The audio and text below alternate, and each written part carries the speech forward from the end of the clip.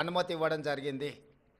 ఇప్పటి వరకు ఏ సంస్థ నుంచి కూడా తెలంగాణ రాష్ట్ర ప్రభుత్వం తన ఖాతాలోకి ఒక్క రూపాయి కూడా తీసుకోలేదు, ఇంక్లూడింగ్ అదానీ.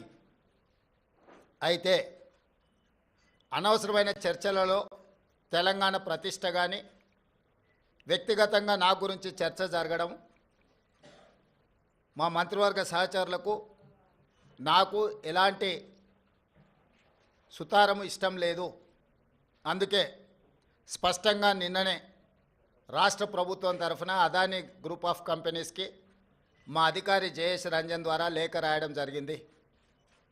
జరుగుతున్న వివాదాలు, ఆరోపణలు, రకరకాల పరిస్థితుల వల్ల తెలంగాణ రాష్ట్ర ప్రభుత్వం మీరు ముందుకు వచ్చి ఉదారంగా తెలంగాణ యంగ్ ఇండియా స్కిల్స్ యూనివర్సిటీకి ఇస్తాన్న 100 కోట్ల రూపాయలను తెలంగాణ రాష్ట్ర ప్రభుత్వము స్వీకరించడానికి సిద్ధంగా లేదు.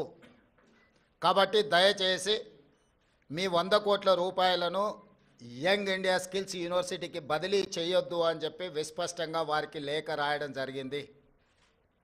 ఈ పత్రికా సమావేశం ద్వారా పక్క రాష్ట్రాలు, పక్క దేశాలలో అదానీ గ్రూప్ ఆఫ్ కంపెనీస్ మీద జరుగుతున్న వివాదానికి తెలంగాణ రాష్ట్ర ప్రభుత్వానికి ఎలాంటి సంబంధం లేదు. అదేవిధంగా ఒక గొప్ప ఉద్దేశంతో లక్షలాది తెలంగాణ నిరుద్యోగ యువకులకు సాంకేతిక నైపుణ్యాన్ని నేర్పించడం ద్వారా ప్రపంచంతో పోటీ పడాలన్న ఆలోచనతోని యంగ్ ఇండియా స్కిల్స్ యూనివర్సిటీని ప్రారంభించినము. ఒక సదుద్దేశంతో, ఒక గొప్ప ఆలోచనతో ప్రారంభించిన యూనివర్సిటీ వివాదాలకు లోను కావడం నా మంత్రివర్గ సహచరులకు, నాకు, తెలంగాణ రాష్ట్ర ప్రభుత్వానికి ఇష్టం లేదు.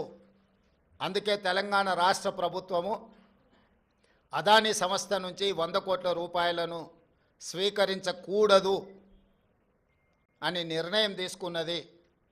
ఈ విషయాన్ని మీడియా మిత్రుల ద్వారా సమాజానికి మేము చెప్పదలుచుకున్నాము. అనవసరమైన వివాదాలలో మా రాష్ట్ర ప్రభుత్వాన్ని, మమ్మల్ని లాగొద్దు అని చెప్పి మీడియా మిత్రులందరికీ కూడా నేను సూచన చేస్తున్నా. రాజకీయ పార్టీలకు కూడా నేను సలహా ఇవ్వదలుచుకున్నా.